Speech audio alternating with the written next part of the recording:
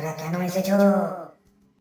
রাহুল, তারা দৌড়াতে দৌড়াতে রাস্তা থেকে বের হয়ে এলো। শহরের একটি পুরনো এলাকায় ছিল এক নির্জন রাস্তা। দিনে সেখানে অনেক মানুষ চলাফেরা করত, কিন্তু রাতে রাস্তা একেবারে ফাঁকা হয়ে যেত। লোকেরা বলতো ওই রাস্তা অভিশপ্ত।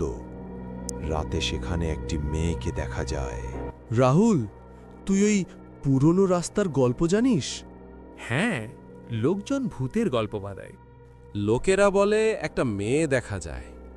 চল আজ রাতে হাঁটতে হাঁটতে যাই। আমার ভয় লাগছে। ভয় পাবি না, আমি আছি। রাত 10টা। রাহুল আর সুমন হাঁটতে হাঁটতে ওই রাস্তার দিকে গেল। শহরের দোকানগুলো বন্ধ হয়ে যাচ্ছিল, রাস্তার আলো ম্লান হয়ে আসছিল। ওই রাস্তার মুখে পৌঁছে তারা একজন বৃদ্ধ নিরাপত্তারক্ষীকে দেখতে পেল। কোথায় যাচ্ছ তোমরা? হাঁটতে বের হয়েছে। এই রাস্তা দিয়ে যেও না। কেন? রাতে এই রাস্তা ভালো না। আমরা শুধু হাঁটব। তারা রাস্তার ভিতরে ঢুকল। রাস্তা একেবারে ফাঁকা, কোনো গাড়ি নেই। কোনো মানুষ নেই। হঠাৎ ঠান্ডা বাতাস বইতে লাগলো। রাহুল, এখানে খুব ঠান্ডা লাগছে। হাওয়া বইছে। এই তো। আমার ভালো লাগছে না।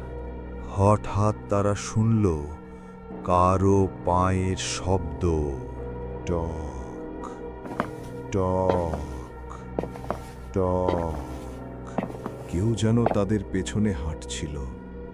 তারা পিছনে তাকালো, কেউ নেই। তুই শুনলি? কি? পায়ের শব্দ। কেউ নেই। চল। হঠাৎ রাস্তার সামনে একটি মেয়ে দাঁড়িয়ে থাকতে দেখা গেল। সে লাল পোশাক পরেছিল। তার চুল মুখ ঢেকে রেখেছিল। সে একদম নড়ছিল না। হ্যালো, আপনি ঠিক আছে? মেয়েটার চোখ সম্পূর্ণ কালো। তোমরা কেন এসেছো? রাহুল, চল পালাই। এখান থেকে কেউ ফিরে যায় না। মেয়েটা ধীরে ধীরে তাদের দিকে হাঁটতে লাগলো। তার পা মাটিতে ছুটছিল না। রাহুল, বোর। তারা দৌড়াতে দৌড়াতে রাস্তা থেকে বের হয়ে এলো।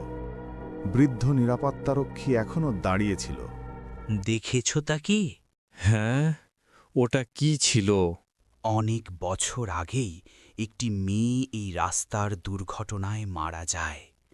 তার আত্মা এখনো ঘুরে বেড়ায়।